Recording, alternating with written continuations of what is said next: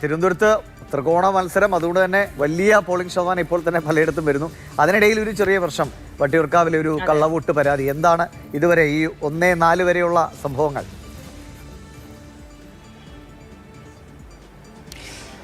ദിവിഷ ശരിയാണ്. തിരുവനന്തപുരം ജില്ലയിൽ 14 നിയമസഭാ മണ്ഡലങ്ങളിൽ, ഈ 14 നിയമസഭാ മണ്ഡലങ്ങളിൽ ഏതാണ്ട് ഭൂരിപക്ഷ മണ്ഡലങ്ങളിലും ത്രികോണ മത്സരമാണെന്ന് പറയാം. അതിൽ ഏറ്റവും പ്രധാനപ്പെട്ട നേമം, വട്ടിയൂർക്കാവ്, കഴക്കൂട്ടം പോലുള്ള മണ്ഡലങ്ങൾ. ഏതായാലും ഈ മണ്ഡലങ്ങളിൽ എത്രത്തോളം ശക്തമായ മത്സരങ്ങൾ അരങ്ങേറിയോ അത്രത്തോളം വലിയ പോളിംഗ് ആവേശം ജനങ്ങളിൽ ഉണ്ട് എന്നുള്ളതാണ് നമുക്ക് രാവിലെ മുതൽ ഈ പോളിംഗ് സ്റ്റേഷനുകളിൽ എത്തുമ്പോൾ മനസ്സിലാക്കാൻ കഴിയുന്നത്. രാവിലെ ഈ 7 മണിക്ക് പോളിംഗ് ആരംഭിച്ചപ്പോൾ തന്നെ സിറ്റി മേഖലകളിലെ പോളിംഗ് സ്റ്റേഷൻ അടക്കം റൂറൽ മേഖലയിലെയും ഗ്രാമപ്രദേശങ്ങളിലെയും പോളിംഗ് സ്റ്റേഷനിലുമൊക്കെ വലിയ ക്യൂ ഉണ്ടായിരുന്നു. ഇപ്പോൾ ഈ ഉച്ച സമയത്തോട് അടുക്കുമ്പോൾ നമുക്ക് ഈ കുന്നുകുഴിയിൽ, ഇപ്പോൾ ഇത് വട്ടിയൂർക്കാവ് മണ്ഡലത്തിലെ കുന്നുകുഴി ബൂത്താണ്, കുന്നുകുഴി സ്കൂളിലെ ബൂത്താണ്. പക്ഷേ ഇവിടെ ഇപ്പോൾ വലിയ നിരയില്ല.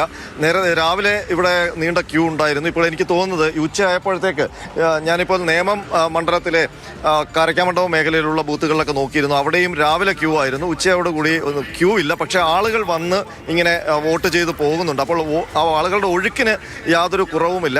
രാവിലെ ഒരു പക്ഷേ 7 മണിക്ക് ഈ ചൂടിന് മുൻപ് വോട്ട് ചെയ്യാമെന്ന് കരുതിയ ഒരുപാട് പേർ ഒരുമിച്ച് വന്നപ്പോഴായിരിക്കണം ആ നീണ്ട നിര രൂപപ്പെട്ടത്.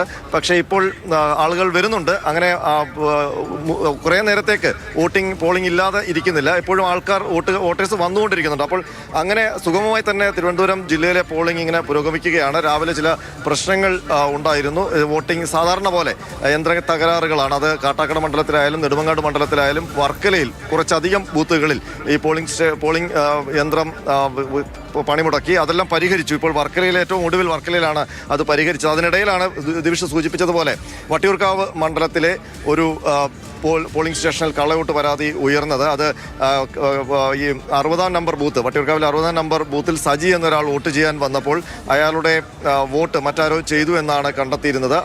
ആ പരാതി സ്വീകരിച്ചു. അതിനുശേഷം അയാളെ ചലഞ്ച് വോട്ട് ചെയ്യാൻ അനുവദിച്ചു. അയാൾ ആ വോട്ട് ചെയ്തിട്ട് പോയിട്ടുണ്ട്. അതാരാണ് അയാൾക്ക് പകരം ആ വോട്ട് ചെയ്തത് എന്നുള്ളത് പരിശോധിക്കാമെന്നാണ് പോളിംഗ് ഉദ്യോഗസ്ഥർ പറഞ്ഞത്. അത് മറ്റ് ഏതെങ്കിലും തർക്കങ്ങളിലേക്കോ പ്രശ്നങ്ങളിലേക്കോ ഒന്നും പോയിട്ടില്ല. അതെന്തെങ്കിലും സാങ്കേതിക പിഴവാകാനും സാധ്യതയുണ്ട് എന്നാണ് പറയുന്നത്. അതല്ലാതെ വലിയ ഏതെങ്കിലും തരത്തിലുള്ള സംഘർഷങ്ങളോ ആശയക്കുഴപ്പങ്ങളോ തർക്കങ്ങളോ ഒന്നും ഇതുവരെ ഉണ്ടായിട്ടില്ല.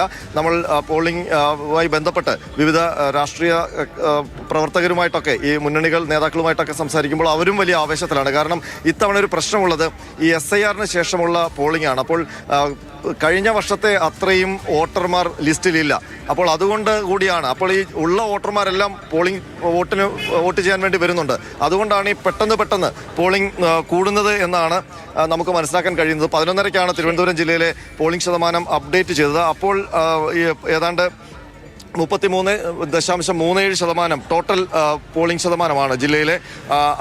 അതിൽ തന്നെ ഈ പ്രധാനപ്പെട്ട മത്സരം നടക്കുന്ന കഴക്കൂട്ടം, വട്ടിയൂർക്കാവ്, തിരുവനന്തപുരം, നേമം അടക്കമുള്ള അരുവിക്കര, പാറശാല, കാട്ടാക്കട അടക്കമുള്ള മണ്ഡലങ്ങളിലൊക്കെ 33%-ന് മുകളിലേക്ക് 35%-ഓളം ഒക്കെ ആയിട്ട് ആ സമയത്ത് തന്നെ പോളിംഗ് ഉയർന്നിരുന്നു. ഇപ്പോൾ സംസ്ഥാനത്ത് കാസർഗോഡ് ഒഴികെ മറ്റെല്ലാ സ്ഥലങ്ങളിലും 40-ന് മേലെയാണ് പോളിംഗ് ശതമാനം എന്നത് കാണാൻ പറ്റും. കൃത്യമായ ആ ശതമാന കണക്ക് സ്ക്രീനിൽ ഒരു വശത്തുണ്ട്. പ്രേക്ഷകർ അതുകൂടി ശ്രദ്ധിക്കുക.